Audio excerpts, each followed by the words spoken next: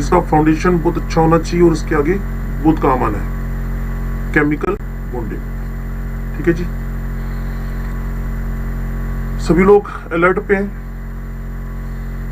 मुझे लग रहा है कुछ लोग सो भी रखे हैं, ऐसा तो नहीं है?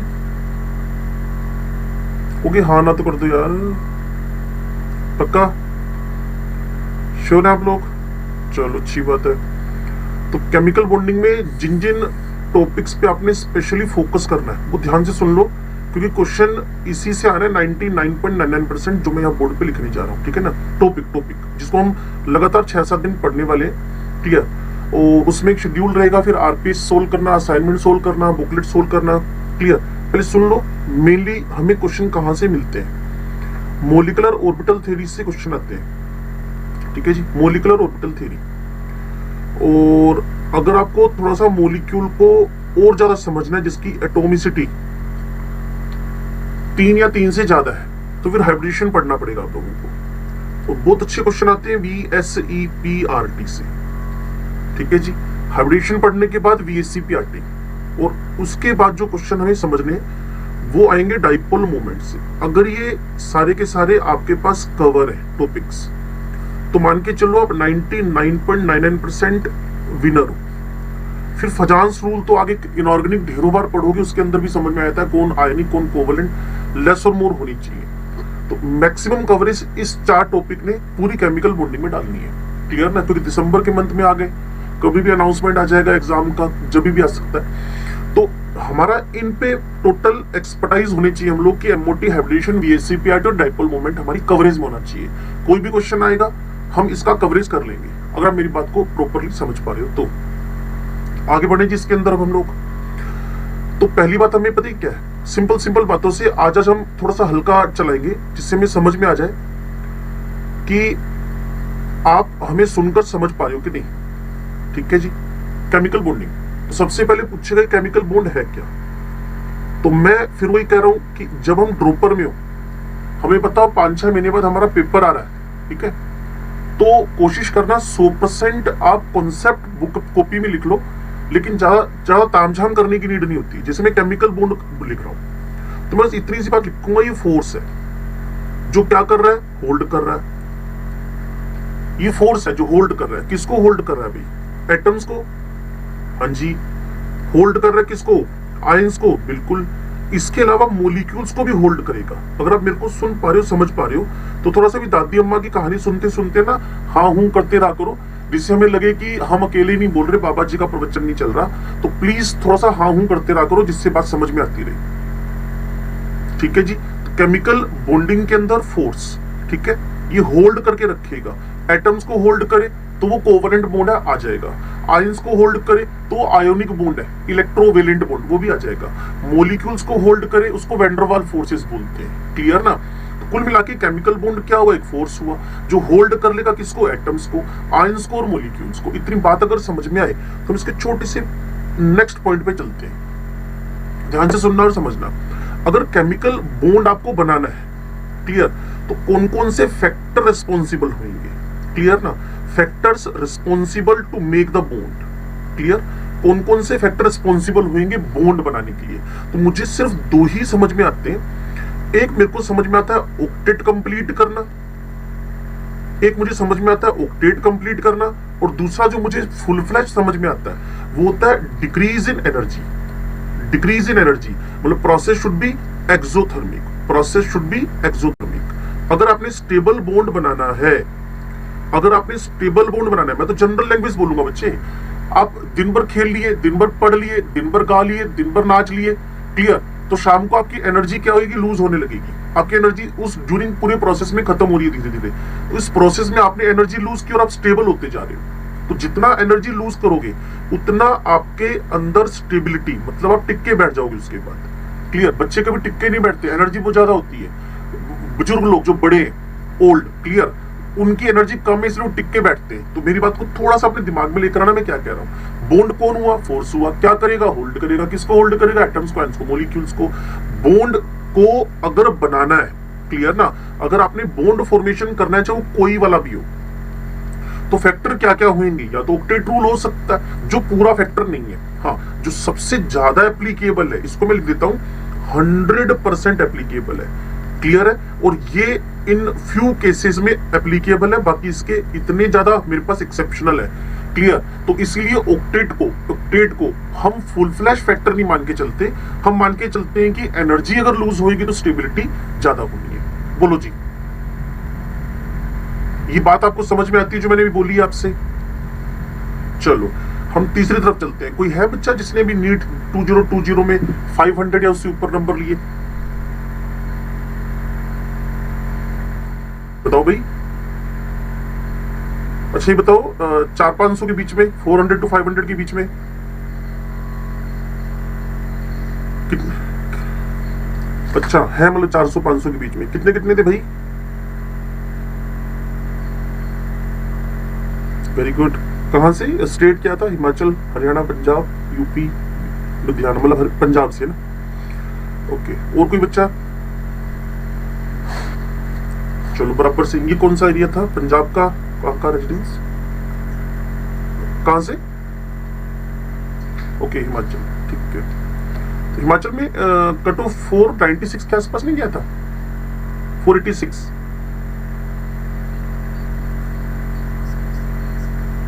ओके, ठीक है। चलो जी, तो थोड़ा सा हम आगे बढ़ते हैं बच्चे, ध्यान से सुनना, कहीं भी ऑब्जेक्शन हो मेरे को रोकना आप लोग, क्लियर।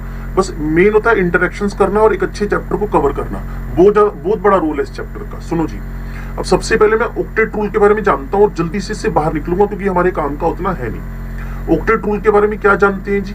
ऑक्टेट रूल के बारे में इतना जानते हैं, इसके जो साइंटिस्ट है, क्लियर, वो आपके पास लुईस एंड कोसेल है, क्लियर, LEWISKOSSEL, पहली बात। इसी का दूसरा नाम जो है वो है electronic theory of the chemical bonding. Electron lose gain और share, electronic theory of the chemical bonding. Chemical bond बनाने की इलेक्ट्रॉनिक थ्योरी है on that is known as a octet rule, clear है। ऑक्टेट रूल का basis क्या है, क्या target करके ऑक्टेट रूल लिखा था, क्लियर। ऑक्टेट रूल उनके दिमाग में आया क्यों? अगर आप इंटरेक्ट करो तो अच्छी बात है, मैं बताता हूं, क्लियर। ऑक्टेट रूल का बेस क्या, प्रिंसिपल क्या है, इसका प्रिंसिपल क्या है? तो शायद आप बच्चों को समझ में हो, inertness of the noble gases. Inertness भी बोल सकते हो, स्टेबिलिटी भी बोल सकते हो, किनकी? नोबल गैसेस की, inertness of the noble gases. और वो कौन है बच्चे?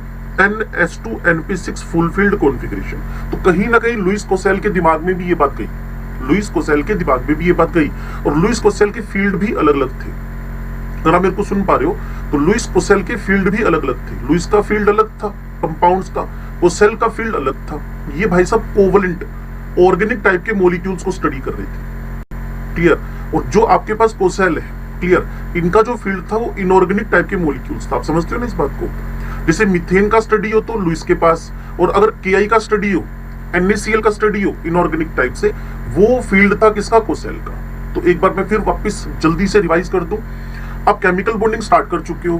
केमिकल बॉन्डिंग में 4 बड़े दमदार टॉपिक है, molecular orbital theory, hybridization, VSEPRT, dipole moment. Okay, chemical bonding की डेफिनेशन क्या है? ये वो बॉन्ड है या फोर्स है जो होल्ड करता है एटम्स को, कोवेलेंट बॉन्ड, आयंस को आयनिक बॉन्ड, मॉलिक्यूल्स को वैन डर वाल्स फोर्स। आगे बढ़ते हैं, बॉन्ड फॉर्मेशन क्यों हो रहा है, कारण क्या है यार, ये फोर्स आ रहा है जो, तो ये दिमाग में आना चाहिए। तो एक ऑक्टेट रूल या फिर क्या, एनर्जी लूज करना। ज्यादातर कौन काम करता है? मैं कहता हूं 100% वर्किंग है एनर्जी लूज करना। अगर कहीं भी बॉन्ड फॉर्मेशन में एक्सो की जगह एंडो हो गया, जैसे ओजोन बनता है, आप में से कुछ बच्चों को पता होगा, तो वो ओजोन अनस्टेबल है। ओजोन को हल्का सा भी कोई फ्री रेडिकल मिलता है ना, भाई साहब टूट जाते हैं इमीडिएटली। तो ऑक्टेट रूल मुझे पूरी तरह से थ्योरी को समझाने में कंप्लीट कैपेबल नहीं है, फ्यू केसेस को समझाएगा ये। लुईस कोसेल इसके साइंटिस्ट हैं जिन्होंने ये दिया। Electronic theory of chemical bonding इसका दूसरा नाम है। बेस इसका इनर्टनेस और स्टेबिलिटी ऑफ नोबल गैसेस है। लुईस का फील्ड कोवेलेंट था और कोसेल का फील्ड इनऑर्गेनिक मॉलिक्यूल्स था। अब मैं आपको बता देता हूं कि ऑक्टेट रूल एक्चुअल है क्या, और आप में से कुछ बच्चों को पता भी होगा। इसके इमीडिएट बाद हमारा शुरू हो जाएगा आयनिक बॉन्ड। सुनो जी, इलेक्ट्रॉन गेन करना या इलेक्ट्रॉन डोनेट करना या इलेक्ट्रॉन क्या कर लेना, शेयर कर लेना, बस ये 3 बातें हमें इस रूल में सीखनी है। अब लुईस कोसेल ने क्या कहा? According to octet rule, electron gain okay, या फिर डोनेट, ओके, या फिर शेयर। अगर कोई गेन डोनेट कर रहा है तो बच्चे पते क्या बनेगा, आयोनिक बॉन्ड। तो ध्यान से सुनते रहना, ध्यान इधर मत करना। इसी का दूसरा नाम पता है क्या है, इलेक्ट्रोवेलेंट बॉन्ड। इसी का दूसरा नाम है इलेक्ट्रोवेलेंट बॉन्ड, ओके। और फिर इलेक्ट्रॉन शेयर के बेसिस पे दो टाइप के बॉन्ड बनेंगे, या तो बनेगा कोवेलेंट बॉन्ड जिसमें म्यूचुअल शेयरिंग होगी, म्यूचुअल शेयरिंग होगी जिसमें दोनों तरफ से शेयरिंग होगी। मान लीजिए हाइड्रोजन मॉलिक्यूल बना तो यह म्यूचुअल शेयरिंग हुई, हाइड्रोजन हाइड्रोजन ने एक एक इलेक्ट्रॉन डोनेट किया, मतलब शेयर किया, एक दूसरे को डोनेट मतलब शेयर किया। अब यहां बात करें तो ये आपके पास है कोऑर्डिनेट बॉन्ड। कोऑर्डिनेट बॉन्ड पता है क्या बच्चे, सिंगल साइडेड शेयरिंग है, सिंगल साइडेड शेयरिंग है। सिंगल साइडेड शेयरिंग का मतलब क्या हुआ, 12वीं क्लास का हमारा पूरा कोऑर्डिनेशन केमिस्ट्री, नाम तो सुना होगा कोऑर्डिनेशन केमिस्ट्री का। वहां देखो कॉपर +2 के पास एम्प्टी डी ऑर्बिटल है, मान लीजिए ऐसे एल्यूमिनियम है, मान लीजिए ऐसी आयरन है, मान लीजिए ऐसे कोई भी सेंट्रल है जिसके पास एम्प्टी डी ऑर्बिटल्स है, एम्प्टी पी ऑर्बिटल है, उसको लोन पेयर डोनेट कर दिया किसी भी लीगेंड ने। लीगेंड नाम सुना होगा बच्चे, लीगेंड नाम, चलो तो लीगेंड ने अपना लोन पेयर, तो जो कोऑर्डिनेट बॉन्ड है ना बच्चे, वो बनने के बाद कोवेलेंट जैसा ही है। जो आपके पास कोऑर्डिनेट बॉन्ड है बनने के बाद वो कोवेलेंट जैसा ही है, लेकिन अगर शेयरिंग दोनों साइड से हो तो नाम कोवेलेंट है।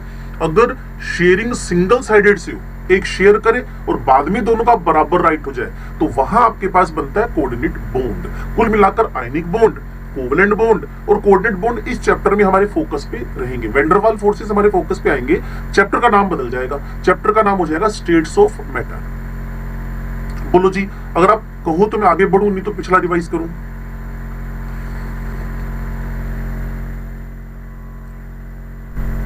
अरे कुछ तो बोल दो यार।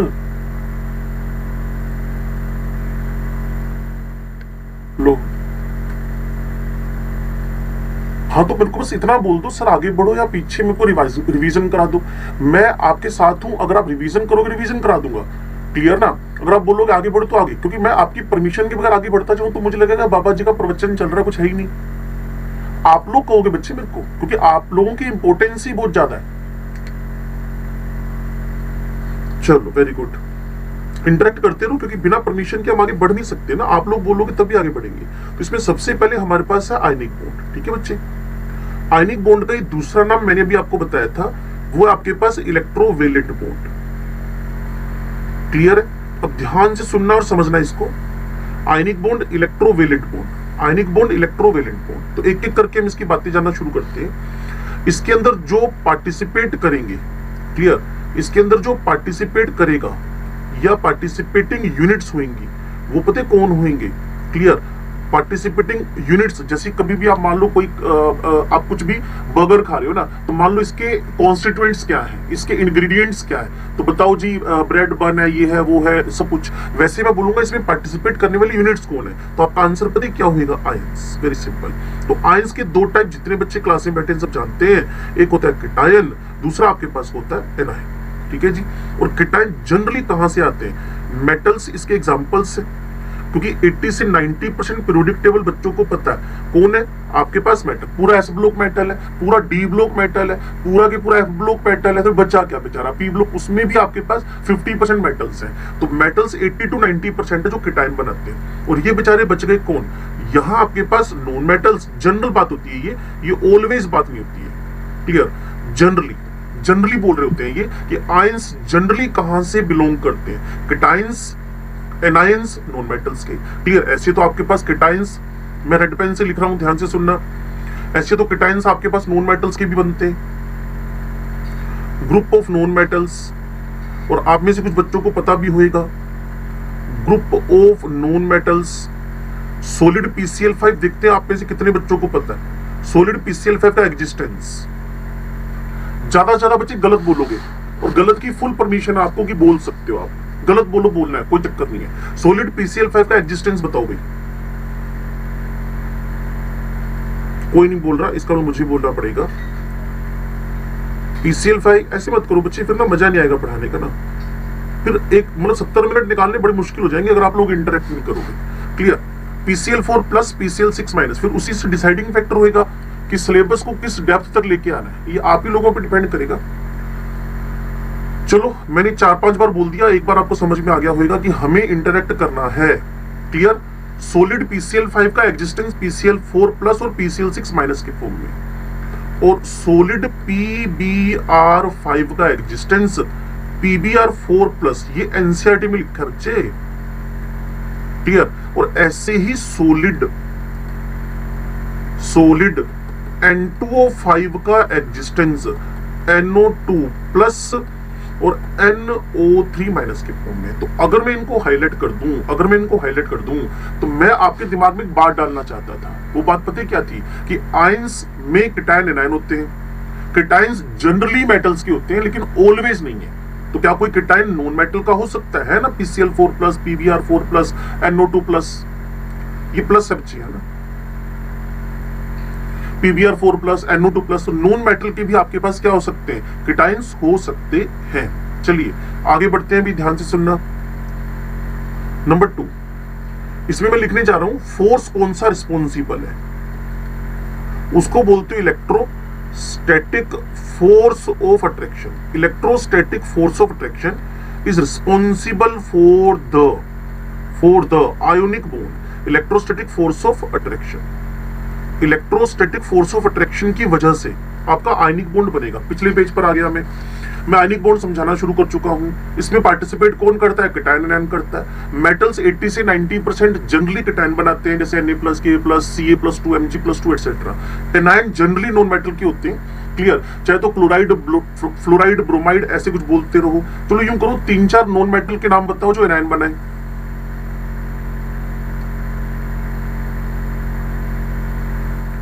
मुझे लगता है आपके स्पीकर या तो वर्किंग नहीं है, माइक वर्किंग नहीं है ना? क्लोरीन से बन गया क्लोराइड, फ्लोराइड,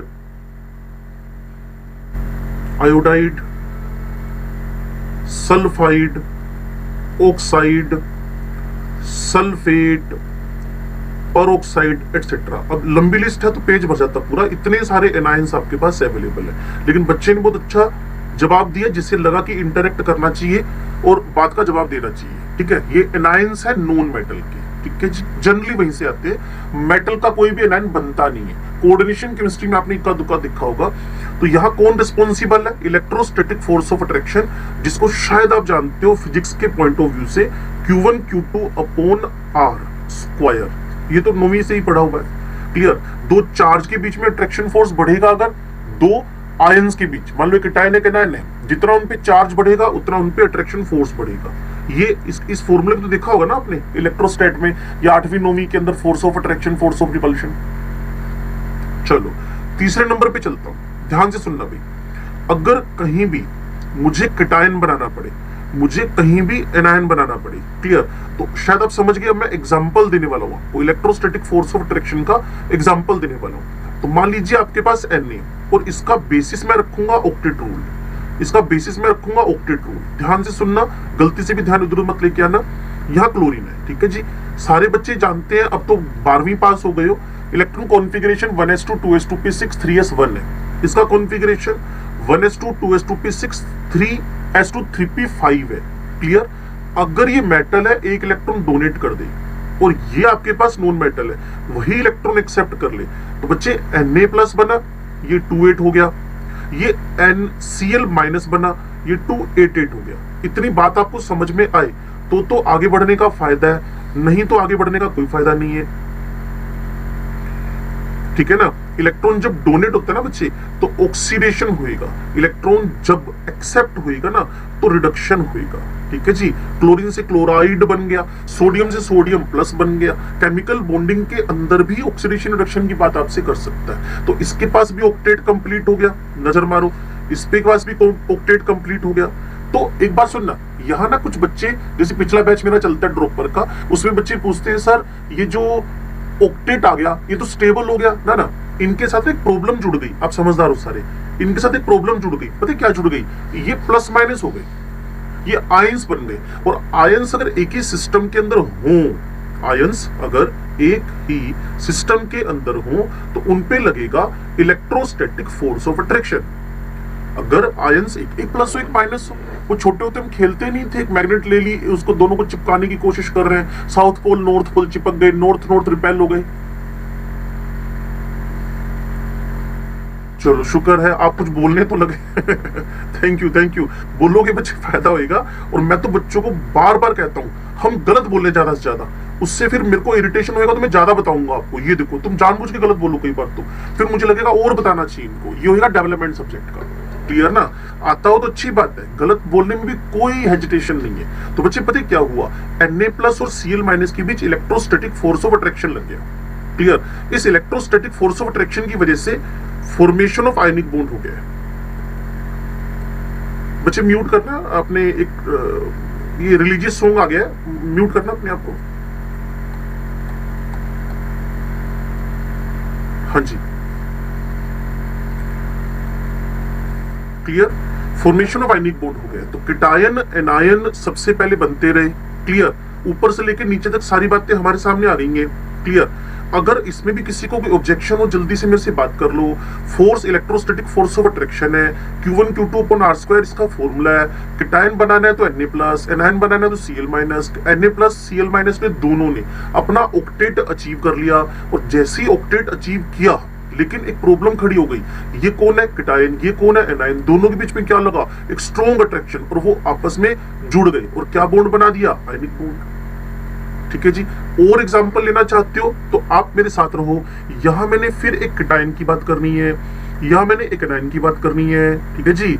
यहां मैंने कैल्शियम लिया, यहां मैंने फ्लोरीन ले लिया। सुनते रहना बच्चे, ये 2882 है, याद है आपको? 20 नंबर पे आते हैं भाई साहब calcium ji, 1s2 1s2 2s2p6 3s2 3p6 and 4s2। और फ्लोरीन जी कौन से नंबर पे आते हैं? फ्लोरीन जी आते हैं 9 नंबर पे। ठीक है जी। 27 है ये, 1s2 2s2 p5।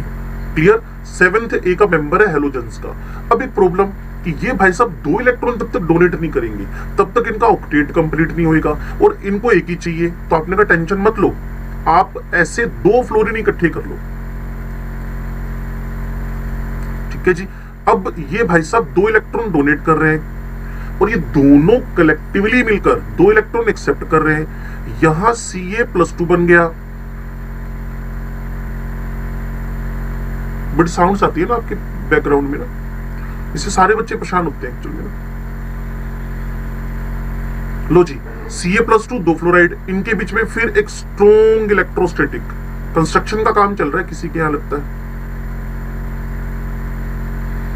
Electrostatic force of attraction. और क्या बन गया जी? Cf2। ओके। अब इन दोनों एग्जांपल को प्रॉपरली देखो बिना जल्दीबाजी किए, और मेरे से इंटरेक्ट करो कि सर दोनों ही समझ में नहीं है, वापस समझा दो, मैं आपके साथ हूं। पक्का? सभी लोग जितने बच्चे क्लास में बैठे हैं, कोई लड़ाई करनी है मेरे साथ? कोई टीचर से लड़ाई करना सीखो यार, टीचर से लड़ाई नहीं करोगे ना मजा नहीं आएगा। मैं तुमसे लड़ा करूंगा, तुम मुझसे लड़ा करो, तब आएगा मजा एक्चुअल में क्लास पढ़ने का। एम चला दिया काम साल भर तो फायदा नहीं होगा। किसी को लड़ाई करनी करो, धांसू लड़ाई करो, पक्की बात है, इसमें कोई दिक्कत नहीं। फोर्स भी पता चल गए। क्लियर?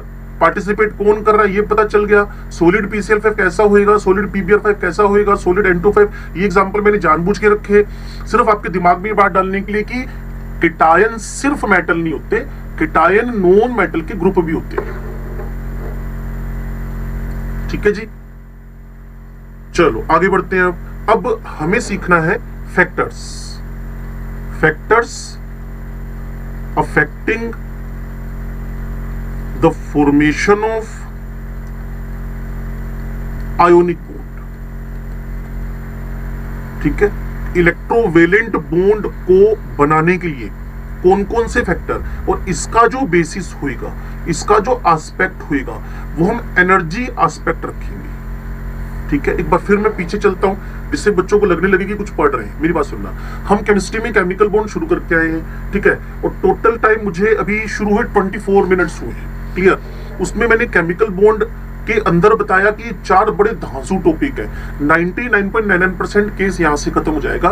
फिर मैं कहता हूं जैसे जैसे हम पेपर के पास चले वैसे वैसे हम सेलेक्टिव चीजें बाहर निकाल लें जिनको हमें बार बार पढ़ना है, और ऐसी चीजें जिसे बार बार नहीं पढ़ना, जैसे फॉर्मल चार्ज आएगा मुझे बार बार नहीं पढ़ना, क्लियर ना, मुझे लुईस डॉट स्ट्रक्चर बार बार नहीं पढ़ने, अरे 9वीं 10वीं 8वीं का गेम है, नीट नहीं डालेगा इतने स्टैंडर्ड पे ऐसे क्वेश्चन। क्लियर, तो आप देखो एमओटी का क्वेश्चन मुझे सारे आते हैं कि नहीं, हाइब्रिडेशन सारा आता है कि नहीं, वीएससीपीआरटी सारा आता है कि नहीं, डाइपोल मोमेंट मुझे सारा आता है कि नहीं, इसका मतलब विनर होने वाले हो। क्लियर, सिलेक्टिव चीजें एक्सट्रैक्ट निकालने पढ़ाएंगे सब कुछ, इन चारों पे मेन काम करना है। केमिकल बॉन्ड फोर्स है, क्या कर रहा है, होल्ड कर रहा है, एटम साइंस मॉलिक्यूल्स को, फास्ट रिवीजन है भाई। बॉन्ड बनाने के लिए रिस्पॉन्सिबल क्या है जी, ऑक्टेट रूल या फिर एनर्जी का डिक्रीज। ज्यादा रिस्पॉन्सिबल कौन है, 100% वो एनर्जी का रूल। डिक्रीज होना, जितनी एनर्जी डिक्रीज डाउन जाएगी, घटती जाएगी, एक्सो होती जाएगी, उतनी स्टेबिलिटी आएगी। ऑक्टेट रूल पहले समझना शुरू हुए, लुईस कोसेल ने रूल दिया। Electronic theory of chemical bonding इसका दूसरा नाम है। Clear, electronic theory of the chemical bonding, यहाँ एक वर्ड देखो हमने रिवीजन में मिस किया नहीं, electronic theory of chemical bonding, electronic theory of chemical bonding, ठीक है जी। उसके बाद उसने हमें कहा जी बेस क्या, मैं कहा स्टेबिलिटी ऑफ नोबेल गैसेस है। कहती है दिया किसने था, मैंने कहा जी लुईस कोसेल ने। उन्होंने कहा जी लुईस और कोसेल अलग अलग काम, बिल्कुल दोनों का फील्ड अलग अलग था, दोनों के मॉलिक्यूल्स का फील्ड अलग अलग था। ऑक्टेट रूल क्या है, इलेक्ट्रॉन गेन और डोनेट और the share and there will be the formation of bond. उसने कहा जी गेन डोनेट से क्या बनेगा, मैंने कहा जी आयनिक बॉन्ड, इलेक्ट्रोवैलेंट बॉन्ड। उसने कहा जी शेयर से क्या बनेगा, मैंने कहा जी कोवैलेंट और कोऑर्डिनेट बॉन्ड। कोवैलेंट क्या, म्यूचुअल शेयरिंग, कोऑर्डिनेट क्या, सिंगल साइडेड शेयरिंग। उसने कहा आयनिक बॉन्ड समझाओ, मैंने कहा समझा देते हैं जी। इसमें पार्टिसिपेट करने वाले आयंस, कीटायंस एंड आयंस होंगे, उनके बीच कौन सा फोर्स लगेगा, इलेक्ट्रोस्टैटिक फोर्स ऑफ अट्रैक्शन। उसने एग्जांपल से समझाओ, मैंने पहले NaCl समझाया और फिर मैंने कैल्शियम फ्लोराइड समझाया on the behalf of only and only octet rule. अब मैं इसी को समझाने के लिए कौन सा रूल पकड़ रहा हूं, एनर्जी रूल। अगर आप मेरी बात को एग्जैक्टली समझ पाए तो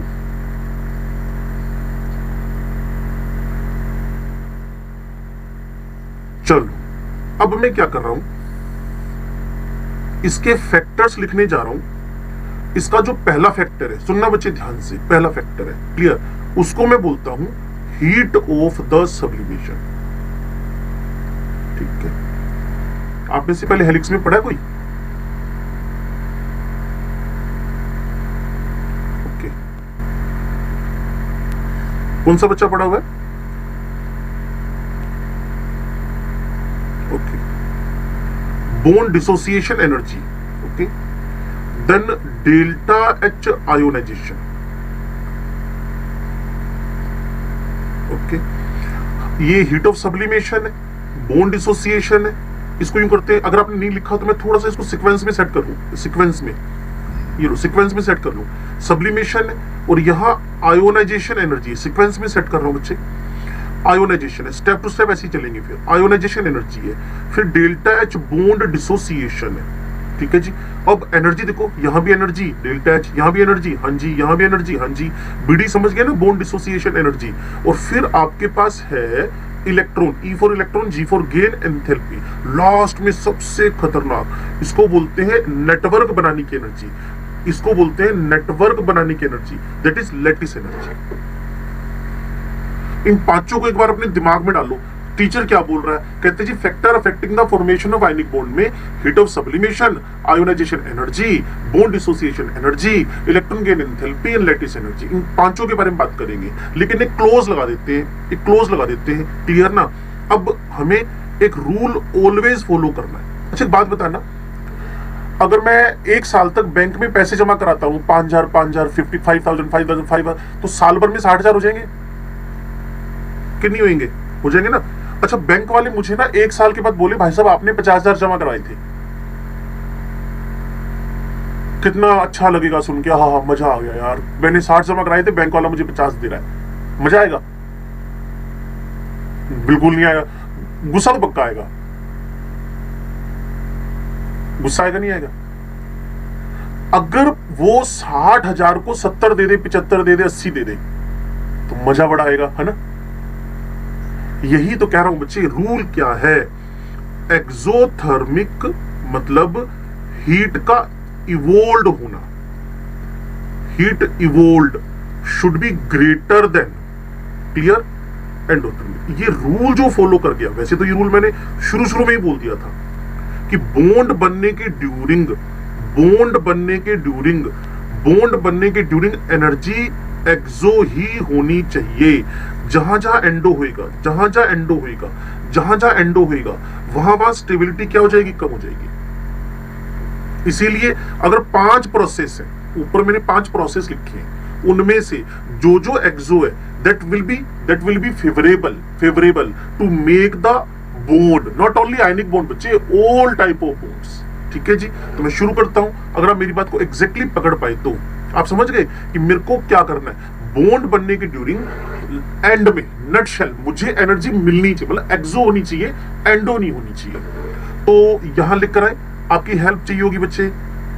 मैं हीट ऑफ सब्लिमेशन की बात कर रहा हूं। सब्लिमेशन समझते हो ना, सोडियम सॉलिड को सोडियम गैस में कन्वर्ट कर दिया। तो बताओ जी ये प्रोसेस एक्सो है कि एंडो है? सॉलिड गैस में बदल रहा है बच्चे, सॉलिड गैस में बदल रहा है। हाँ जी सही बताओ यार, है ना। जब किसी सॉलिड को गैस में बदलोगे, गोली मारो। आइस जब तक फ्रीज में पड़ी है तब तक तो आइस है, बाहर निकलते ही वो 10, 15, 20 डिग्री पे आ गई, उसके बाद क्या होनी शुरू हो गई? मेल्ट। अच्छा गोली मारो उसको भी। मान लो कोई भी सॉलिड ना कुकर में डाल के रख दो और उसको गर्म करोगे, ठंडा करोगे ताकि वो लिक्विड गैस में बदले, है ना, करोगे ना। तो फिर तो जितने बच्चों ने बोला था उसको थोड़ा प्रैक्टिकली। सबसे बड़ी प्रॉब्लम बच्चे पता है क्या, मैं और जब आपस में बात कर रहे हो ना, उसको सब जितना प्रैक्टिकल हो पाओगे उतना, नहीं तो डेड सब्जेक्ट है बच्चे। आप बोलो कि क्या बोले जा रहा है यार, तो ये दिमाग खराब कर रहा है, मजबूरी में बैठे हैं स्क्रीन के सामने, मजा नहीं आएगा बात का। मैं कह रहा हूं इसको काहे का रटना, सॉलिड को गैस में बदलना है, सॉलिड को लिक्विड गैस में बदलना है, तो भाई हीट तो देनी पड़ेगी ना। ऐसे प्रोसेस को क्या बोलते हो? एंडोथर्मिक। हीट एब्जॉर्ब करता रहेगा, solid gas, solid gas, solid gas, solid, और सॉलिड से डायरेक्ट गैस में आए, जैसे आयोडीन है, सल्फर आयोडीन है, बेंजोइक एसिड है, नेप्थलीन है, इनकी तो प्रॉपर्टी यही है। तो यहां सोडियम सॉलिड को डायरेक्ट गैस में अगर कन्वर्ट करना हो तो आपके पास ये प्रोसेस कैसा होएगा? एंडोथर्मिक। अगर आप मेरी बात को एग्जैक्टली पकड़ पाए तब तो आज आगे जाने का फायदा है, नहीं तो फिर वही हो जाएगा कचरा जैसे हर साल होता है। और अब सोचो ये हाई होना चाहिए कि लो होना चाहिए? सिर्फ ऊपर रूल देख लेना, नोट देख लेना ऊपर। क्या सोचते हो? एंडो शुड बी हाई और लो?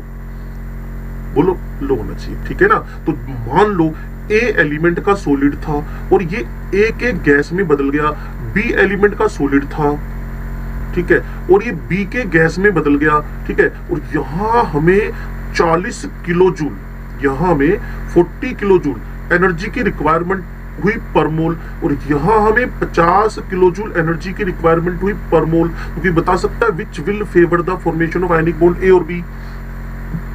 ए। एग्जैक्टली तो मेरी बात को समझ गए अब तो ये एक इंटरेस्टिंग बात हुई कि आप बात को प्रॉपरली समझ पाए कि एंडो शुड बी, ये मुझे फेवर करेगा, क्लियर, और ये मुझे फेवर तो करेगा बट लेस फेवर करेगा। किसमें लेस फेवर करेगा? फॉर्मेशन ऑफ आयनिक बॉन्ड में मुझे जो पहले वाला डेटा है वो ज्यादा फेवर करेगा। वापस वही, जमा कम करवाओ निकलवाओ ज्यादा, तो भाई तो जमा करवाने जा रहे हो, डिपॉजिट करवाने जा रहे हो, deposited should be less and withdrawal money should be high. ये तो मैं कह रहा हूं, डिपॉजिट आप कर चुके हो, विड्रॉल शुड बी हाई, तो सिलेक्शन दिखना चाहिए, withdrawal should be high, selection दिखना चाहिए। तो उसके लिए थोड़ा सा मेरे साथ लगे रहो, काम हम करते रहेंगे। चलो जी आगे बढ़ते हैं, सेकंड नंबर पे चलता हूं। सेकंड नंबर पे मेरे पास कौन था? वो था enthalpy of the ionization, ion का बनना, जिसको कई बार आप लोग ना अपने पीरियोडिक टेबल में बोल चुके हो, आयोनाइजेशन एनर्जी, जिसको आप पीरियोडिक टेबल में बोल चुके हो आयोनाइजेशन एनर्जी। अभी सोडियम गैस तो बन चुका है, क्लियर, ये isolated, no interactions with surrounding, इसका मतलब ये है नो इंटरेक्शंस विद सराउंडिंग्स।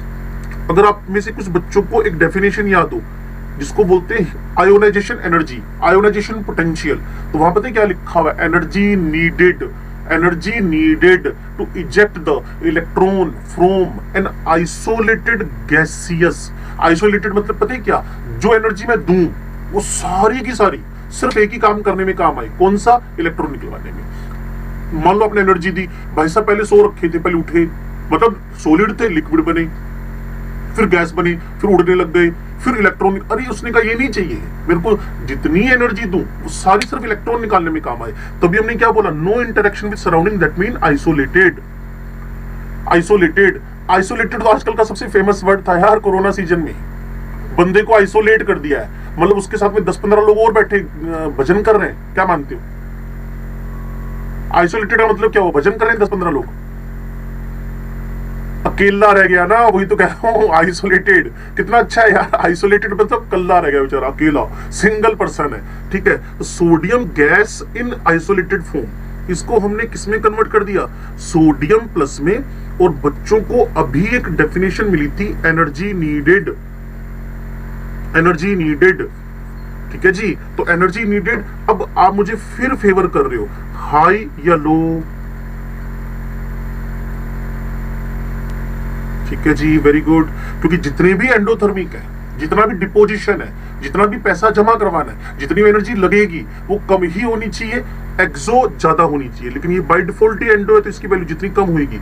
मान लो तुम्हारे पास lithium, sodium, potassium, rubidium, caesium, अब जो इस बात को पढ़ के चलेगा ना, फजांस मेरे से थोड़ी पूछेगा, फजांस तो खुद करेगा। देखो मेरी बात सुनो, lithium, sodium, potassium, rubidium, caesium, इतना तो मुझे ओवर कॉन्फिडेंस है कि आपको पता ही होगा। किसमें से इलेक्ट्रॉन निकालना सबसे आसान है? सीजियम, ये बेचारा छोटा सा है, ये और बड़ा हो गया। पोटेशियम और खा खा के भूल गया। रुबिडियम का पेट इतना भर गया कि वो साइज में बहुत ज्यादा, और सीजियम ओवरवेटेड हो गया।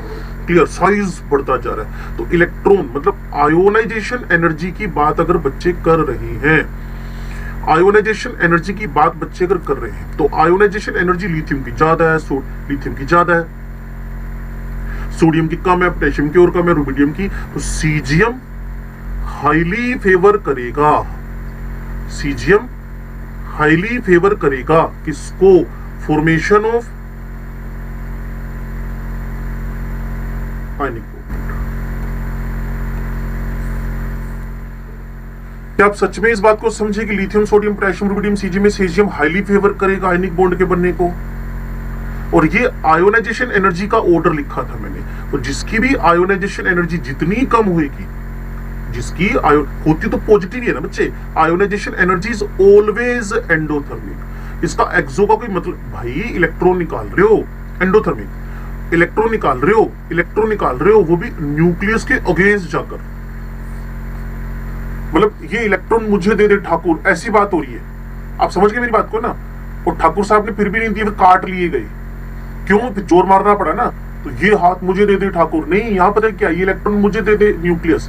तो न्यूक्लियस का मैं नहीं देता, तेरे में हिम्मत निकाल ले। तो हमने जोर मारा, इलेक्ट्रॉन निकाल लिए, जितना बड़ा साइज था उतना बार जल्दी निकाल लिए। ऐसे थोड़ी सीजियम अपने इलेक्ट्रॉन को धक्के मारी जा रहा है। हमें थोड़ा खर्चा तो करना पड़ेगा ना, सीजियम पे कम खर्चा करना पड़ेगा और लिथियम पे ज्यादा खर्चा करना पड़ेगा। तो लिथियम से आयनिक बॉन्ड बनाना वेरी डिफिकल्ट है, और सीजियम से आयनिक बॉन्ड बनाना बड़ा आसान है। क्या आप मेरी बात को समझ पा रहे हैं? तीसरे नंबर पे आते हैं जी हम लोग। इसका तो पूरा कामकाज कर दिया हमने, केटायन तक बना के रख लिया। अब मैं आपको एनायन पे लेके आ रहा हूं, तो उसको बोलते हैं delta H BDE, bond dissociation energy. ठीक है जी, बॉन्ड डिसोसिएशन एनर्जी। मुझे NaCl बनाना है, तो मैंने क्लोरीन उठाया हाफ मोल, एक ही तो सीएल चाहिए बच्चे। तो इससे ये तो बाय डिफॉल्ट गैस था, तो यहाँ सब्लिमेशन की नीड हुई नहीं। ये तो इसके क्लोरीन क्लोरीन के बीच का बॉन्ड ब्रेक कर रहे हो, तो इसको बोल देते हो एनर्जी। अब फिर मैं भूल गया ये एक्सो था कि एंडो था, मैं भूल गया। लेकिन मैं आपको बताता हूँ ऐसे। मान लो मेरे पास ये पेन है, क्लियर, इसके 2 टुकड़े करने, तो मुझे इस पे जोर मारना पड़ेगा, एनर्जी लगानी पड़ेगी कि मुझे इससे एनर्जी मिल जाएगी बॉन्ड तोड़ने के बाद। क्या सोचते हो? तो क्या एंडो लिखूं, एक्सो लिखूं? है ना, इसमें खर्चा करना पड़ेगा। तो this process is again endothermic. तो अब फिर आपसे वही क्वेश्चन है, हाई या लो? ठीक है, तो जितने भी एंडो है, अब देखो कितना प्यारा समझ में आएगा। पीछे चलते हैं, ये देखो अब ना, ये देखो, इसमें मैंने बोला था all exo should be higher, evolved energy should be higher than endothermic. तो आपने पहले वाले को बोला सर ये एंडो है, इसको कम करो, यहाँ पे एंडो है कम करो, एंडो है कम करो, क्लियर। यहाँ फिर बोला एंडो है कम करो। अब जो फ्लोरीन क्लोरीन ब्रोमीन आयोडीन है पी ब्लॉक के 17वें ग्रुप के अंदर, वहां क्लोरीन का बॉन्ड तोड़ना सबसे औखा है, सबसे डिफिकल्ट है, क्लियर। ये ऑर्डर होता है वहां पे, क्लोरीन, ब्रोमीन, फ्लोरीन, आयोडीन। और ये star question of P block elements है, स्टार क्वेश्चन। ये decreasing order of bond dissociation energy है, ठीक है जी। Decreasing order. तो अगर मैं अब इन चारों में से individually on the behalf of, clear, on the behalf of bond dissociation energy पूछ लूं, on the behalf of, clear, तो मोस्ट फेवर कौन करेगा?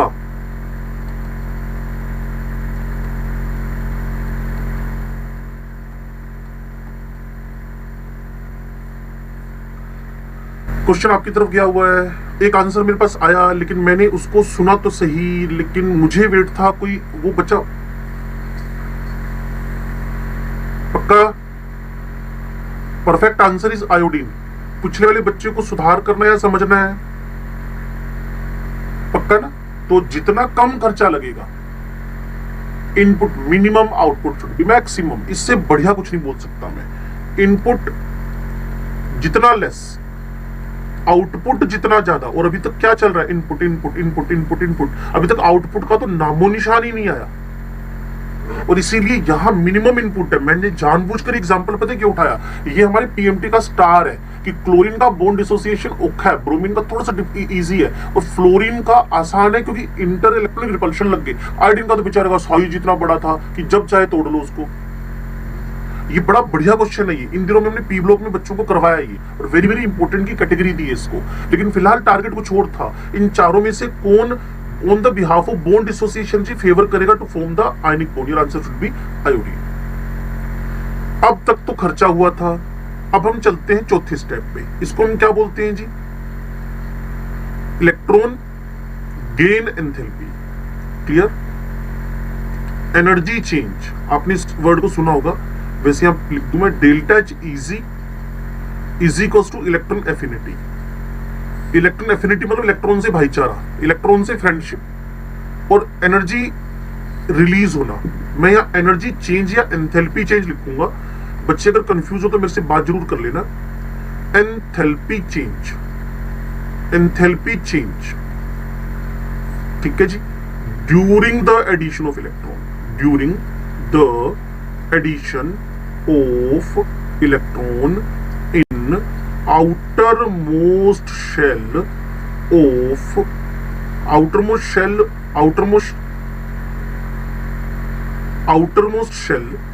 of an isolated का मतलब तो जितने बच्चे क्लास में बैठे समझ गए होंगे। अब आइसोलेटेड गैसियस एटम या सिस्टम, जो भी आप बोलना चाहते हो। सिंगल वर्ड का मतलब पता हो तब तो पढ़ा जा सकता है, नहीं तो थोड़ी देर बाद एंजाइटी होने लगेगी कि बोले क्या जा रहा है।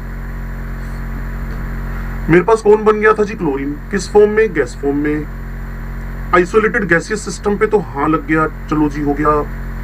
इलेक्ट्रॉन ऐड करना है, हाँ जी करना है। Clear? Energy change, CHANGE change, clear. During the addition यहां क्लोराइड बन गया है, और इसके बनने में ये 287 था बच्चे, ये 288 हो गया। स्टेबिलिटी अचीव की है, इस प्रोसेस में एनर्जी निकली है। इसका डेटा मुझे भी करंटली मैंने कुछ चैप्टर कराया इसलिए याद है, 348 किलोजूल्स पर मोल। मैंने इसका डेटा भी करवाया बच्चों को पी ब्लॉक में, तो मुझे याद है क्योंकि पूरी पीरियोडिक टेबल में highest electron affinity, highest electron से फ्रेंडशिप, हाईएस्ट इलेक्ट्रॉन से भाईचारा, हाईएस्ट इलेक्ट्रॉन से लविंग नेचर, हाईएस्ट इलेक्ट्रॉन से फिलिक नेचर, वो क्लोरीन का है। ठीक है? तो मेरा कहना क्या था, अगर एनर्जी रिलीज हो रही है, और अगर आपको पिछली स्लाइड्स पे, पिछले पेजेस पे, पिछले बोर्ड पे लेकर जाऊं तो वापस वहीं आएंगे लौट के। Energy should be released, energy should be released, energy should be released. तो भाई लोगों, यहां जो आप समझ पा रहे हो, तो मुझे बताओ ये हाईली नेगेटिव होना चाहिए या लो नेगेटिव होना चाहिए? -200 होना चाहिए कि -400? समझ गए मेरी बात को आप शायद ना। तो इसीलिए इसको काट देते हैं, इसको रख लेते हैं। कुल मिलाकर जितना ज्यादा -ΔHEZ होएगा, उतना इलेक्ट्रॉन एफिनिटी, इलेक्ट्रॉन से भाईचारा होएगा, उतना ही ईज टू फॉर्म एनायन होएगा, ईज टू फॉर्म एनायन होएगा। और जितना ईज टू फॉर्म एनायन होएगा, उतना मुझे हेल्प लगेगी to make the ionic bond. तो पहली बार तो एनर्जी मिली है यार, तो एनर्जी शुड बी हाई। कौन सी वाली? जो रिलीज हो रही है। अगर किसी को ऑब्जेक्शन हो तो मेरे से बात कर लो, मैं आपको वापस समझा सकता हूं। बोलो जी।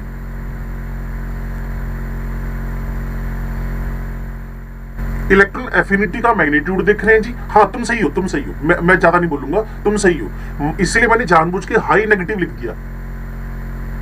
क्लियर? इलेक्ट्रॉन एफिनिटी बोल देना तो ज्यादा अच्छा रहेगा। आप यूं मान के चलो कि हाई इलेक्ट्रॉन एफिनिटी, तो मैग्नीट्यूड दिख रहे हैं, ठीक है ना। हाई इलेक्ट्रॉन एफिनिटी बोल देना तो मैग्नीट्यूड देख रहे हैं, बिल्कुल सही कह रहे हो आप, हाई इलेक्ट्रॉन एफिनिटी देख रहे हैं जिसकी। और मैं बार बार बोलता हूं इलेक्ट्रॉन एफिनिटी का मतलब क्या है? इलेक्ट्रॉन से friendship, high electron affinity, high friendship towards electron, तो उतना जल्दी एनायन बनेगा और हमारा काम बन जाएगा। मतलब क्या बनेगा? आयनिक बॉन्ड इजीली बनेगा। और देखो ना, ये तुम्हें पता ही होगा, ऑक्सीजन सल्फर में से बड़ा परफेक्ट क्वेश्चन जो एग्जाम्स में आता है, ओ में इलेक्ट्रॉन को ऐड करना और सल्फर में इलेक्ट्रॉन को ऐड करना। ये -144 एनर्जी रिलीज हुई O माइनस बनने में और -200 एनर्जी रिलीज हुई S माइनस बनने में, ठीक है जी। तो क्या कोई बता पाएगा which will be most favourable to make the ionic bond? Sulphur, perfect answer है। क्लियर है? मोस्ट फेवर कौन करेगा? वो करेगा सल्फर। तो आप बिल्कुल परफेक्टली बातें समझ पा रहे हो। अब एंडिंग करते हैं किसकी, और टाइम अपडेट मैं आपको दे दूं। मेरे पास टाइम हुआ 11:45। क्लियर? तो 15 मिनट ये, 10 मिनट ऊपर से, 1 मिनट ऊपर हो गया, तो 15 और 10 25 मिनट की क्लास है और अभी तक आप बिल्कुल पॉजिटिव चल रहे हो। नेक्स्ट टारगेट मेरे पास डेल्टा H नेटवर्क, लेटिस, ठीक है जी, लेटिस। तो हुआ क्या जी? Na+ gas, Cl- gas, Ca+2 gas, 2 fluoride gas, ऐसे ढेरों एग्जांपल लिखे जा सकते हैं। Formation of 1 mole of ionic solid, formation of 1 mole of ionic solid, तो ये जो बनना चाहिए, ये 1 मोल बनना चाहिए, 1 mole of the ionic solid, 1 mole of the ionic solid. अच्छा एक बात सुनो, तुमने कभी पढ़ा हो, जब तुम फिजिक्स पढ़ते हो, केमिस्ट्री का स्ट्रक्चर ऑफ एटम पढ़ते हो, क्लियर, ये कौन प्लस, ये कौन माइनस, ये कौन प्लस, ये कौन माइनस, किसी प्लस माइनस में कौन सा फोर्स होता है? रिपल्शन या अट्रैक्शन? अट्रैक्शन। और जब अट्रैक्शन का होगा, बच्चे ध्यान से सुनना, जब अट्रैक्शन का फोर्स होगा तो एनर्जी के बारे में क्या सोचते हो? एक दूसरे के पास आ रहे, पास आ रहे, पास आ रहे, और ये बाय चॉइस पास आ रहे, एनर्जी रिलीज होगी। तो ये प्रोसेस बाय डिफॉल्ट ही कैसा हो गया? एक्सोथर्मिक। ये प्रोसेस बाय डिफॉल्ट ही कैसा हो गया? एक्सोथर्मिक। तो कई बार तो लेटिस एनर्जी का यहां हम फॉर्मूला लिख देते हैं और उसको भी रटवाते नहीं है, समझाते हैं। वैसे तो इसको पूरा सोल्व करना हो ना बच्चे, तो एक आप कभी भी गूगल करना लेटिस एनर्जी का फॉर्मूला लंबा चौड़ा सा, और ढेरों फैक्टर्स हैं। अभी जो हमें मेडिकल लेवल पे काम कर लेना है, वहां Q1 Q2 divided by R++R-, ये कौन हुआ? Inter nuclear distance. ऐसा है ना, सिंपल। बच्चे मैं तुम्हें 8वीं 9वीं 10वीं बता दूं, चलो, W F.D पढ़ा होगा, F बराबर Q1/Q2 R² पढ़ा हुआ है, और डिस्टेंस R है, कटकर आपके पास एनर्जी का फॉर्मूला क्या आ गया? Q1 Q2/R। ये सुन लो, तो मैंने कुछ अलग थोड़ी किया। तो R+R- मतलब इंटर न्यूक्लियर डिस्टेंस ही तो लिखी है मैंने, नथिंग इज डिफरेंट, डिस्टेंस ही लिखी है बच्चे, is equivalent to the Q1 Q2/D, distance in between cation and ion. ये कैटायन एंड आयन के बीच की डिस्टेंस ही लिखी है मैंने कोई स्क्वायर नहीं लिखा इसका, ये इंटर न्यूक्लियर डिस्टेंस लिखी गई है। अगर आप मेरी बात को एग्जैक्टली समझ पकड़ पाए तो एक डेफिनेशन बोल दूं मैं, एनर्जी रिलीज लिखना नहीं है, सिर्फ यहीं से देख देख कर बोलना है। Energy release during the formation of 1 mole of ionic solid from the constituent ions in gaseous state. जैसे NaCl का 1 मोल सॉलिड चाहिए आपको, तो उसके जो भी कॉन्स्टिट्यूएंट आयंस होंगे इन गैसियस स्टेट, उनसे 1 मोल ऑफ आयनिक सॉलिड बनेगा। उसी को आप लोगों ने क्या बोल दिया? Lattice energy. और जितना ज्यादा चार्ज उतनी लैटिस एनर्जी ज्यादा, और जितनी इंटर न्यूक्लियर डिस्टेंस कम। इसको भी रट्टा नहीं मारना बच्चे, मेरी बात सुनो। प्लस प्लस सुनना, प्लस माइनस, +2 -2, +3 -3। बात ये नहीं कि हमें फॉर्मूला पता है, जनरल इनमें से अट्रैक्शन सबसे ज्यादा कहां होगा? A केस में, B केस में, C केस में? यही तो कह रहा हूं बच्चे, क्लियर।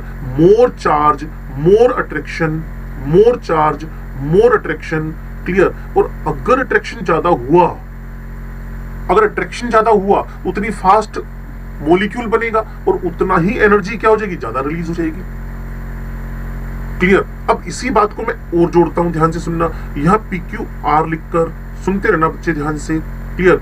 यहां मेरे पास कैटायन, यहां मेरे पास एनायन, जिसके चार्ज मेरे पास प्लस माइनस ही है, चार्ज प्लस माइनस ही है। तो चार्ज वाले फैक्टर से पीछा छुड़ा दिया, चार्ज वाले फैक्टर से पीछा छुड़ा दिया, क्लियर।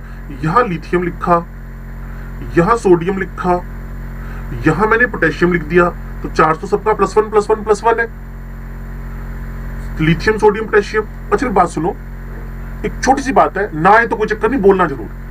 लिथियम छोटा क्यों है, क्या लॉजिक है उसके पीछे? Why the lithium is smaller in size? What is the logic behind it? गोली मारो, कोई भी एटम छोटा क्यों होता होगा, क्या सोचते हो? That is a perfect answer. यही सुनना था मुझे, क्योंकि ENC जितना खतरनाक होगा, न्यूक्लियर चार्ज को थोड़ा सुधार देना बच्चे, जिससे आंसर आ जाए पेपर के अंदर।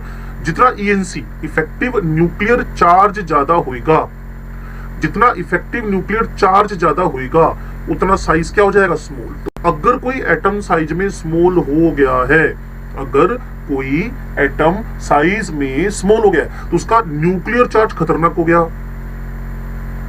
अब मैं यहां F-, यहां Cl-, यहां Br- रख रहा हूं, चार्ज सबके सेम है, लेकिन फ्लोराइड साइज में स्मॉलर है, फ्लोराइड साइज में स्मॉलर है, तो चार्ज बेस पे तो हमारा काम खत्म। लेकिन सोचो, एक प्लस एक माइनस और एक का साइज स्मॉल, दूसरे का साइज भी स्मॉल, तो इनके बीच खतरनाक अट्रैक्शन फोर्स लगेगा। जितना ये कम होंगे उतना लैटिस एनर्जी क्या हो जाएगी, बढ़ जाएगी। तो P की लैटिस एनर्जी Q से और Q की लैटिस एनर्जी R से ज्यादा है। कीरत, तुम्हारे यहां से आवाज आ रही बेटा ना, पीछे बैकग्राउंड में से ना बच्चे खेल रहे हैं। इससे कुछ नहीं बच्चे, पता क्या होता है कई बार ना, इससे जो हम सारे बैठे हैं ना, हमको सारी डिस्टर्बेंस होती है। तो कुछ आइसोलेट सी जगह चूज कर लिया करो, आज में, कल में, परसों में थोड़ी बढ़िया सी जगह बना लो, जिससे हम समझ पाए चीजों को ना। तो अगर ये दोनों एग्जाम्पल आपके समझ में आए, फिर तो मुझे आगे बढ़ने का फायदा है, नहीं तो मुझे आगे बढ़ने का कोई फायदा नहीं है। पक्का? तो कुल मिलाकर दो एनर्जीज का सम, दो एनर्जीज का सम। पहली एनर्जी आपके पास लैटिस है, दूसरी एनर्जी आपके पास इलेक्ट्रॉन गेन है, शुड बी ग्रेटर। जितना ज्यादा इनका सम होएगा, क्लियर, ये दोनों बाय डिफॉल्ट एक्सो होने चाहिए।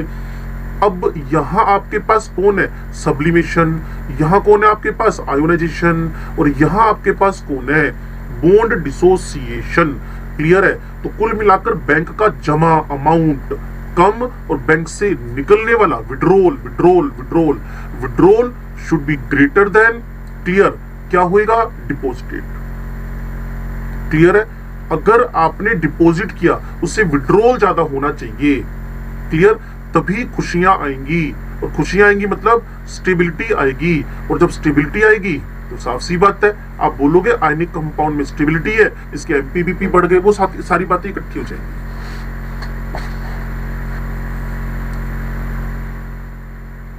क्या आप सच में इन सब बातों को समझ गए हो?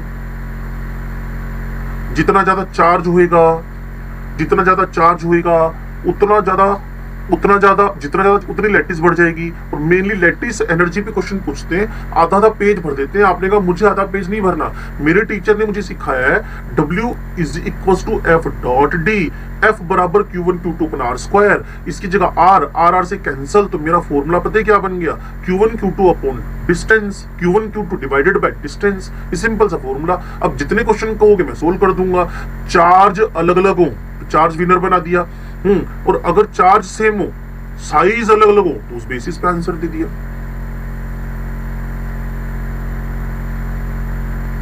तो किसी को पिछले पेज पे जाना हो, कुछ समझना हो, ऐसा करता हूं ना, एक राउंड डालता हूं। मैं नहीं बोलूंगा आज अपना, मैं आपका वेट करूंगा कि आप मुझे यस और नो में से जवाब। इस पेज पे आपको कुछ पूछना हो तो हाँ या ना, नहीं तो आगे बढ़े।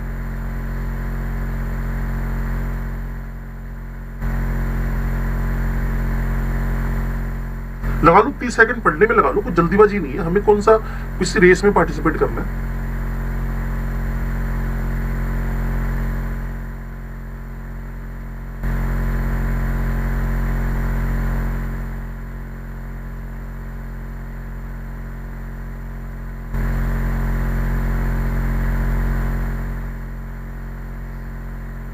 बोलो जी।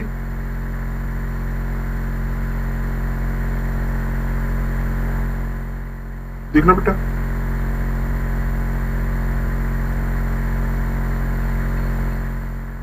वैसे तुम क्या इसके नोट्स लिख रहे हो? Okay okay okay okay ji, okay.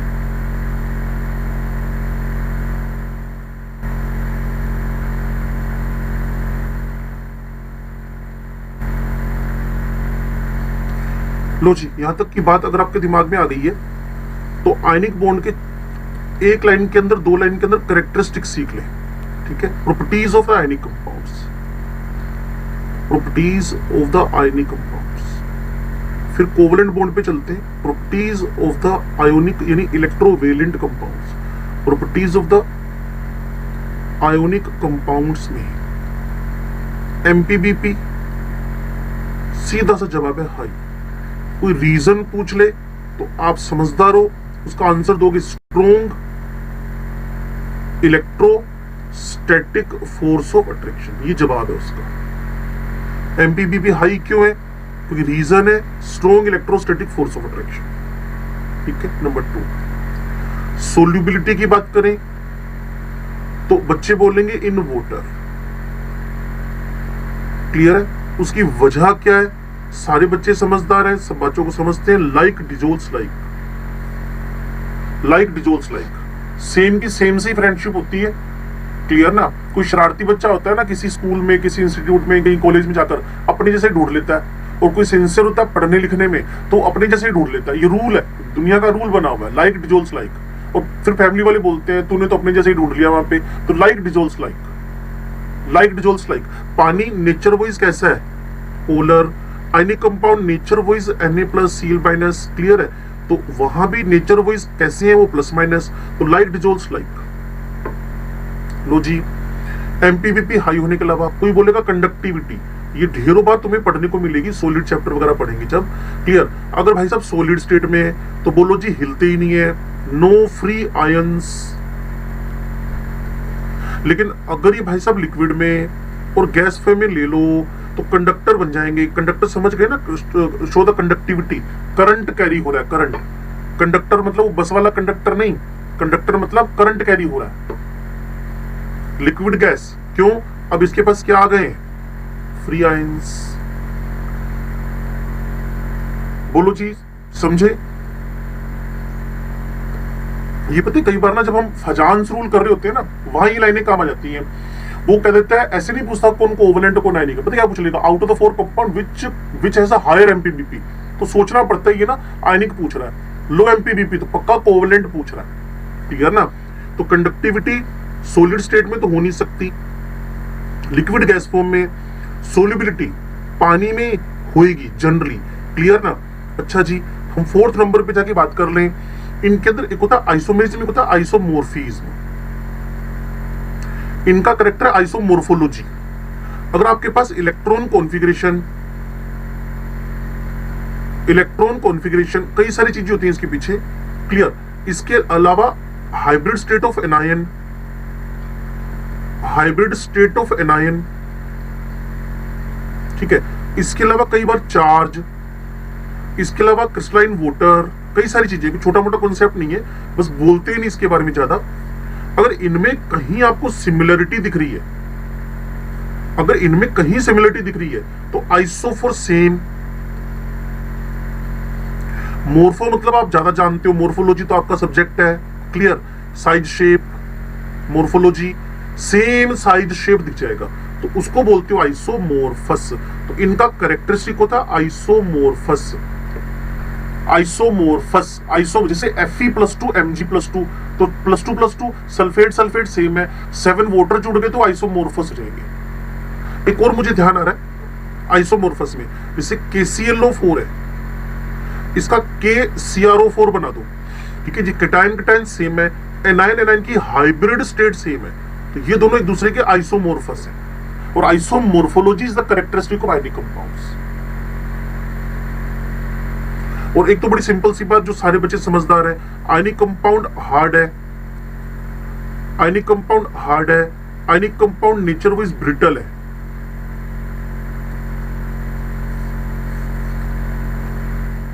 Hard and brittle, बस इससे ऊपर जाने की नीड है नहीं। ये आयनिक कंपाउंड के सारे फीचर्स तुम्हारे सामने लिखे हुए आ गए। अब मुझे कोवेलेंट बॉन्ड पे मूव करना है, अगर आप मेरी बातों को प्रॉपरली समझ पा रहे हो तो। ठीक है जी, कोवेलेंट बॉन्ड, इसको LANGMUIR, लैंगम्यूर्स कॉन्सेप्ट भी बोलते हैं। लुइस लैंगम्यूर कॉन्सेप्ट, एग्जैक्ट नेम इसका लुइस लैंगम्यूर कॉन्सेप्ट है, LANG, लुइस लैंगम्यूर कॉन्सेप्ट। तो पहली बात, ये कॉन्सेप्ट ऑफ शेयरिंग है, और आपको पता है सारा चैप्टर कोवेलेंट बॉन्ड संभाल लेगा। ये कॉन्सेप्ट ऑफ शेयरिंग है, और वो शेयरिंग समझाने के चक्कर में हमें बहुत पापड़ बेलने पड़ेंगे, VBT पढ़नी पड़ेगी, MOT पढ़नी पड़ेगी, हाइब्रिडेशन पढ़नी पड़ेगी। क्लियर, सारी बातें ना हमें कॉन्सेप्ट ऑफ शेयरिंग समझने के लिए पढ़ना पड़ेगा। यूं मान के चलो आयनिक बॉन्ड बेचारा उतना ही था जितना हमने पढ़ा दिया, अब सारा चैप्टर किसका है, VBT MOT, अब कोवेलेंट बॉन्ड समझाते रहोगे सारे चैप्टर में। क्लियर, तो कॉन्सेप्ट ऑफ शेयरिंग है ये, VBT इसी में, MOT भी इसी में, क्लियर, हाइब्रिडेशन भी इसी में, VSEPRT भी इसी का पार्ट है। वो तो जब शक्लें समझानी हो किसी की ना, मतलब उसका एंगल वेंगल समझाना हो, VSEPRT, ये सारा इसी का पार्ट है।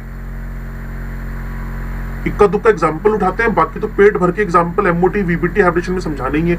लो जी, अब फॉर्मेशन ऑफ हाइड्रोजन वगैरह समझा रहे हो जिस शेयरिंग समझ में आ जाए। ठीक है जी, और वैसे VBT की ना एक बड़ी, मतलब 3 वर्ड्स की बड़ी परफेक्ट सी थ्योरी है। VBT को सिर्फ 3 वर्ड से समझा सकते हो। पता है वो 3 वर्ड्स क्या है?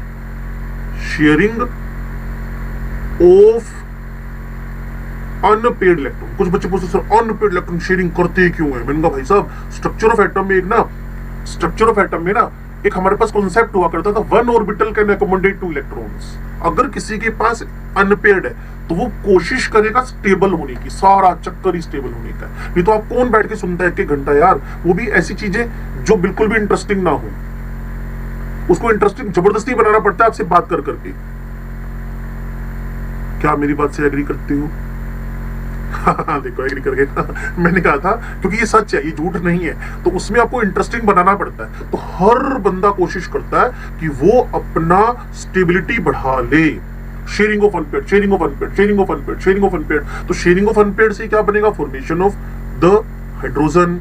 ये हाइड्रोजन सर है, ये हाइड्रोजन सर है, इनका इलेक्ट्रॉन कॉन्फ़िगरेशन 1s1 है, इनका 1s1 है। इनको बोला भाई साहब अब क्या करोगे आप? कहते कुछ नहीं, पड़ोसियों से हम पार्टनरशिप कर लेंगे, उससे आपको फायदा क्या होगा? कहते जी हम अपना डुप्लेट कंप्लीट कर लेंगे। इस दुनिया में डुप्लेट रूल भी एक है जो एप्लीकेबल है हीलियम की वजह से। इसी में मेरे को याद आ रहा है, मैं पी ब्लॉक एलिमेंट पढ़ाते पढ़ाते ग्रुप नंबर 18 में चला गया, और वहां जाकर उन बच्चों को बोला, मैंने कहा देखो पी ब्लॉक का जो आउटर मोस्ट 18वें का कॉन्फ़िगरेशन नोबेल गैसेस का, वो NH2NP6 है। एक बच्चा कहता नहीं नहीं सर NH2NP6 के अलावा भी है। मैंने कहा कौन? कहते हीलियम, जिसका कॉन्फ़िगरेशन मैग्नीशियम फैमिली वाला है, बेरिलियम फैमिली वाला है, कैल्शियम फैमिली वाला है, लेकिन नेचर कैरेक्टर किससे मैच करते हैं? नोबेल गैसेस से। तो वो डुप्लेट रूल फॉलो करता है। तो बच्चे हुआ क्या, अगर आप थोड़ा सा भी मेरे को समझ पा रहे हो, क्लियर, इसका 1s1 इसका 1s1, तो इन दोनों भाई साहब ने VBT के अकॉर्डिंगली शेयरिंग ऑफ इलेक्ट्रॉन्स कर लिया। इसको लिखने का तरीका ये है, और जैसे ही मैं आपको MOT समझाऊंगा तो आप खुद समझ जाओगे, इलेक्ट्रॉन दोनों निचले लेवल में भर जाएंगे। वहां तक की बात आपको समझ में नहीं आती है तो बोदर ना करो, मेरे साथ टिको। मैं क्या कह रहा हूं? Formation of hydrogen molecule, okay. Sharing of unpaired, why the sharing of unpaired?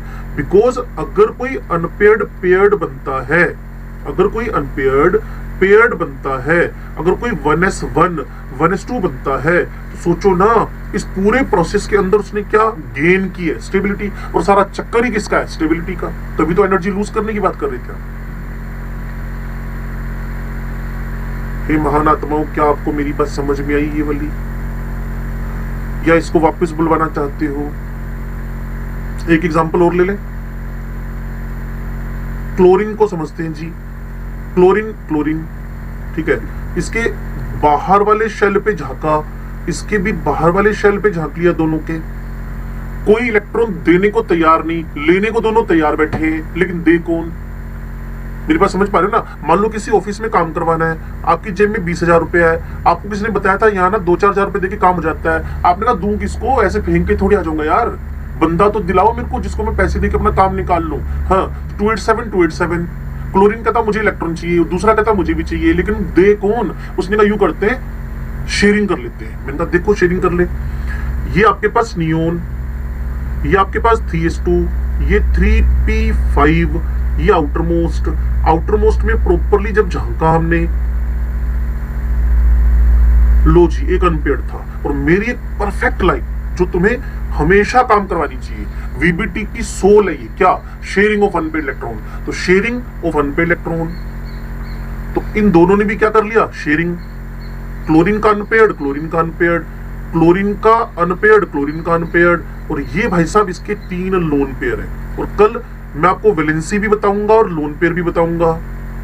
और अभी हमारे पास टाइम अपडेट ये बोलता है कि 5 मिनट की क्लास हमारी बची हुई है। अगर आप प्रॉपरली मेरे को सीख पा रहे हो तो आपको शायद ये ऑक्टेट रूल और शेयरिंग कॉन्सेप्ट दोनों समझ में आ गए होंगे। अगर आप ऑक्सीजन सीखना चाहते हो मैं ऑक्सीजन भी सिखा सकता हूं, लेकिन मैं कहता हूं यहां टाइम मत खराब करें, हम उसको वीबीटी में, हम उसको एमओटी से समझें, एग्जैक्ट डबल बॉन्ड बनना समझ में आ जाएगा। यहां बोलो किसी को डाउट भी है तो मैं रिवीजन कर सकता हूं।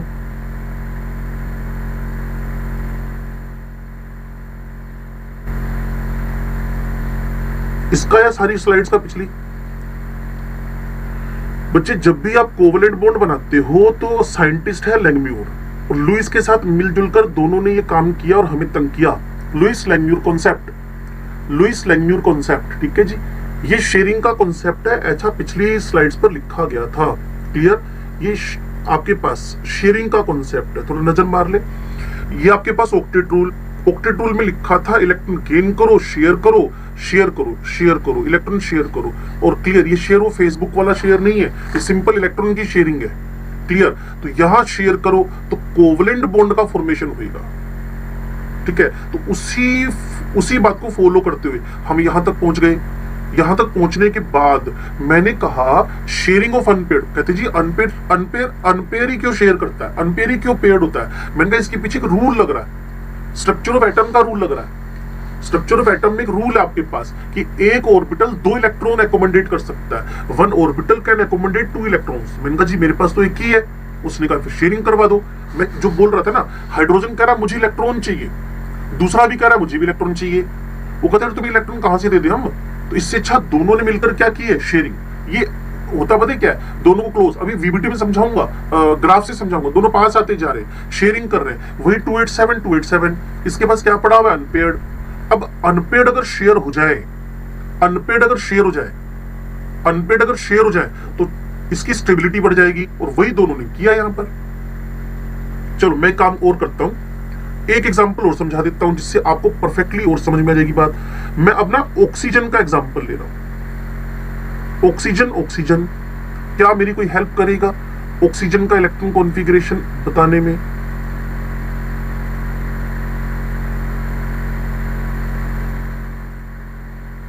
आगे 4 बज गए। ठीक है जी, आउटर मोस्ट शेल बताएगा कोई बच्चा? नहीं, शेल पूछा था पुत्र, shell 2s2 2p4 2s2 2p4, पूरा दूसरा शेल ये वाला। वेरी गुड, क्लियर, यही है। अब हम जिस बच्चे से मेरी बात हो रही थी वो संधू साहब थे शायद ना। तो संधू साहब देखो, इसमें अनपेयर्ड इलेक्ट्रॉन 2 है, ठीक है।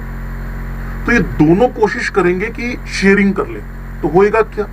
ऑक्सीजन 2 इलेक्ट्रॉन ऐसे जो हमारे पास ये वाले 2, क्लियर, इनको हम पता क्या बोल देते हैं? अगर मैं हाईलाइट कर दूं,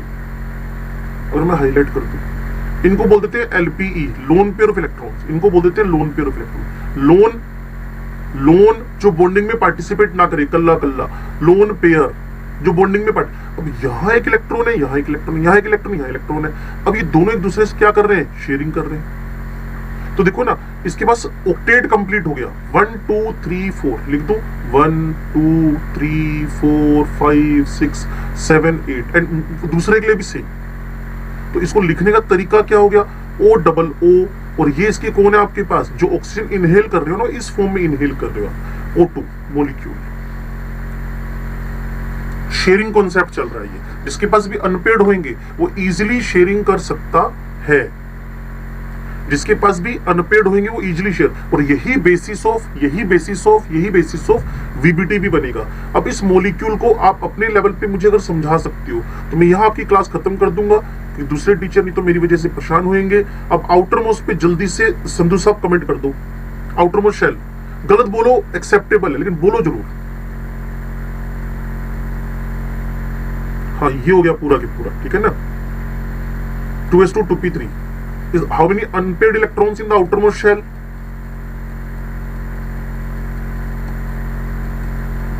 Perfect.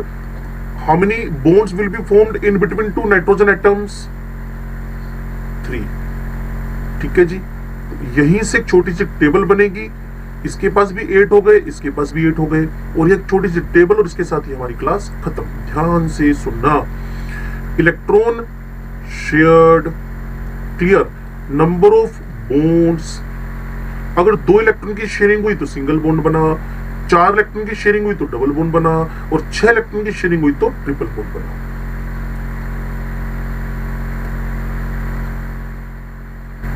पीछे दिखाऊं, 2 इलेक्ट्रॉन की शेयरिंग हुई तो सिंगल बॉन्ड बना, अगर आपके पास 4 इलेक्ट्रॉन की शेयरिंग हो गई, 4 की, ये 4 5 है, ये पूरे 5 6 7 8, तो डबल बॉन्ड बना, और अगर 6 इलेक्ट्रॉन की शेयरिंग हो गई, 1 2 3 4 5 6, तो ट्रिपल बॉन्ड बना। ठीक है जी, रिवीजन कर लेना भाई सारे का, फिर हम आगे चलेंगे कल इसके थोड़ी सी प्रॉपर्टीज पढ़ के, फिर हम कोऑर्डिनेट बॉन्ड समझा के वीबीटी पे मूव कर जाएंगे।